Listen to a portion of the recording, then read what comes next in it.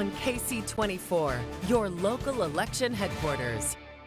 It's going to be a big blow to downtown Fresno, clearly, and Fresno in general. They're a big economic driver.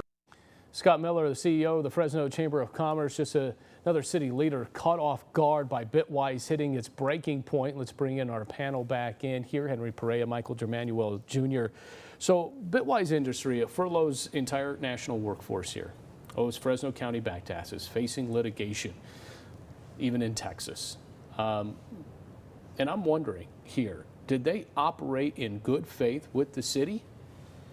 Well, it doesn't seem to me they operated in good faith with the city, its employees, and everybody else they were providing services to. I mean, when you have that kind of shuttering of the doors, people's checks are bouncing. The money that was supposed to go into the retirement systems didn't. There was something going on for a while. And I think the board of directors and I think the management team of Bitwise probably should be expecting a call from the DA probably pretty soon.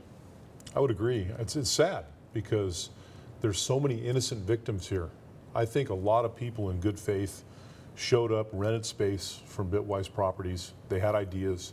They wanted to incubate tech ideas and collaborate and work together. I think the concept of Bitwise was actually outstanding. But to see this kind of Well, wait, what was the concept in your eyes? Well, the concept is it's really expensive to go do that in Silicon Valley. And so Okay. Fresno is a less expensive place to Go have do- a startup. Go do what? Well, whatever these I think that's what we're confused on, Well, right? I think people had ideas about software development and app development and Okay. coding. Okay. Then they layered in a training component, which I think was very valuable across the region. Okay. But then to see this looks like breathtaking mismanagement and maybe even malfeasance and maybe crimes, and to go from where they were to this, and to think of the thousands of people that are impacted by this is it's just devastating. Was the city duped? Oh yes. Yeah. Yeah, because Arias is questioning the mayor's office over the handling of the American Rescue Plan grant of $1 million, $500,000 that already paid out, with not knowing that they were months behind on their property taxes. Well, ultimately, the mayor and the council, you know, they're at the top, so the buck stops there. But there's no question somewhere down in the bowels of city government, people just weren't paying attention and weren't providing that type of information to the mayor and to the council about taxes not being paid, et cetera. But is that natural? Is that something that typically slips through? It shouldn't slip through. I don't know if it's typical or not, but I know in business we work on 30-day delinquencies in accounts receivable.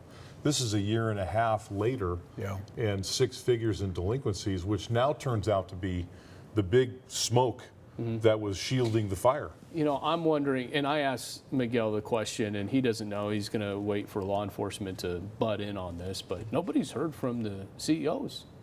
They've gone real dark. We don't know if they're in country, out of country. We don't know. Nobody knows. Yeah, we've heard they've gone dark. The board of directors have gone dark. It's just, you can't find any of them. Is this a Ponzi scheme?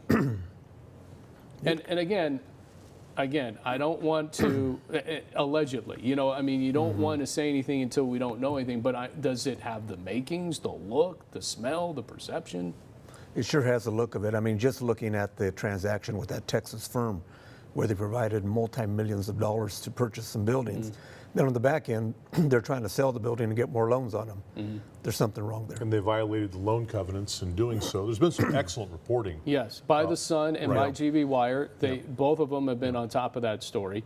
And so, but those are crimes when you do that. That's fraud. So that's why I'm asking.